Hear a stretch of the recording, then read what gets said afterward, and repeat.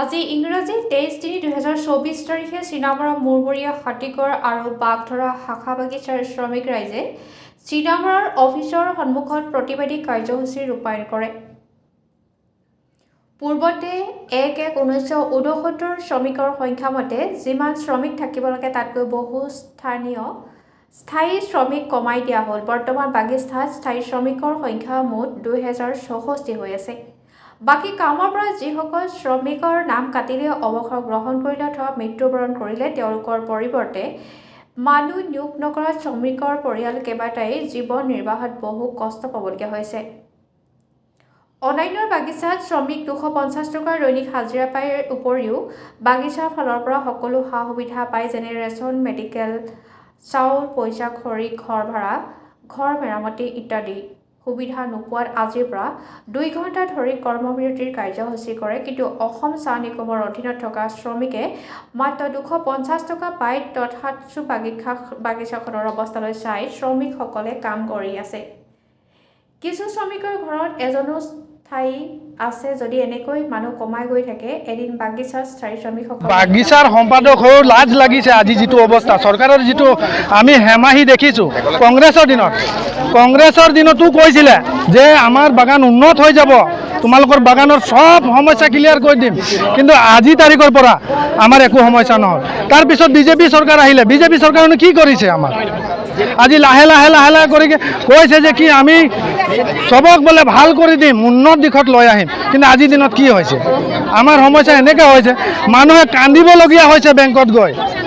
আমি ভাল পাইছিলোঁ, বেংকত দিয়াৰ অৱস্থাটো আমি ভাল পাইছিলোঁ, মানুহে শিকিব বেংকিঙৰ ব্যৱস্থাটো শিকিব বুলি।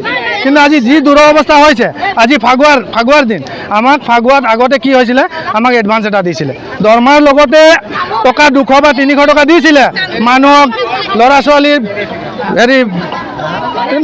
হেৰিৰ কাৰণে, ৰং চং কিনিবৰ কাৰণে। আজিৰ তাৰিখত কি হৈছে?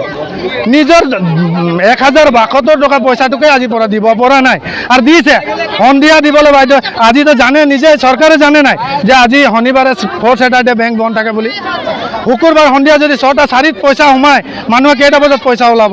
আমাৰ মানুহ কিমান শিক্ষিত, নিজৰ চবৰে ATM নাই। ATM চলাবলৈ হ'লে কি হয়, ATMটো থাকিব, ল'ৰাই পইচা ওলাই খাই দিব। ভয়তে মানুহে ATM নোলায় যে পইচাটো মই নিজে গৈ ওলাম।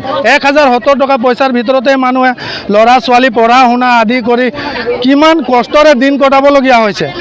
আজি 250 টকা পায়ো মানুহ যিমানটো শান্তিত নাই, আমি ইমান শান্তিতে আছিলোঁ বাগানখনৰ অৱস্থা চাই। কিন্তু আজি কি হৈছে আমাৰ? আমিতো চৰকাৰৰ মানুহ, আমিতো গৌৰৱ কৰিব লাগিছিলে। এই সমস্যাসমূহ সমাধান কৰাৰ ক্ষেত্ৰত সাংসদ, বিধায়ক বা মন্ত্ৰী আমলে কেনেধৰণৰ ব্যৱস্থা কৰিছে? সাংসদ, বিশেষকৈ স্থানীয় জনপ্ৰতিনিধি বুলি ক'লে সাংসদৰ বিধায়ক, তেওঁলোক আহে নাই আপোনালোকৰ সমস্যাবোৰ চাবলৈ? নাই, নাহে নহয়। আমিতো গৈছোঁ বাৰম্বাৰ, সিহঁতক জনাইছোঁ। আমাৰ যেতিয়া বদলি কাম, আমাৰ যিটো একদম মেইন পইণ্ট হৈ আছে কি, আমাৰ পূৰ্বপুৰুষৰ পৰা চলি আছে। এই সমস্যাসমূহ তেওঁলোকক কৈছে নাই আপোনালোকে? আমি কৈছোঁ বাৰম্বাৰ, কাগজে পঠুৱাই দিয়া হৈছে যে আমাৰ ৰাইজৰ এই সমস্যাখিনি সমাধান কৰি দিব লাগে, কিন্তু একো গুৰুত্ব নিদিয়ে। লোকসভা নিৰ্বাচন পালেহি, সাংসদ এইবাৰো তপন কুমাৰ গগৈয়ে খেলিছে, তেওঁ আহে নাই আপোনালোকৰ? এবাৰ আহি চাইছে। তপন গগৈয়ে এবাৰ আমাৰ ইয়াত আহিছিলে। মই পাৰ্টিৰ হিচাপত নকওঁ, আমি এটা শ্ৰমিক, আমাৰ মূল কৰ্তব্যটো হৈছে আমি বাগানখনক কেনেকৈ পৰিচালনা কৰিব লাগে, সুখে শান্তিয়ে কেনেকৈ মানুহে থাকিব। এতিয়া সাংসদ হওক, আজি মই কংগ্ৰেছৰ ভোট দিয়ে, আপোনালোকে ক'ব লাগিব, কাৰণ আপোনালোকে ভোট দিয়ে ন। আজি আমাৰ তপন গগৈ ছাৰ মুঠতে এবাৰ আহিছিলে, এনে ঘূৰি এপাকহে গাড়ীত গ'ল। আজি 5 বছৰ পাৰ হ'ল, আজি আকৌ দুনাই আহিলেগৈ ইলেকশ্যন। 5 বছৰৰ মূৰত আকৌ এতিয়া ওলাবগৈ যে আমি ৰাইজৰ সমাধান কৰি দিম। এইটোতো আচল কথা নহয়। যদি নোৱাৰে বাদ দিয়ক চৰকাৰে, আমি কাকো ভোট দিবলৈ নিদিওঁ। তেতিয়াহ'লে যদি ৰাইজে সমাধান নকৰে, কোনো পাৰ্টিকে আমি ভোট নিদিওঁ, আমি ভোট বৰ্জন কৰিবলৈ বাধ্য হ'ম। আমি যদি তেনেকৈ দুখত থাকোঁ, আমি ভোট বৰ্জন কৰিবলৈ বাধ্য হ'ম। আমি ৰাইজৰ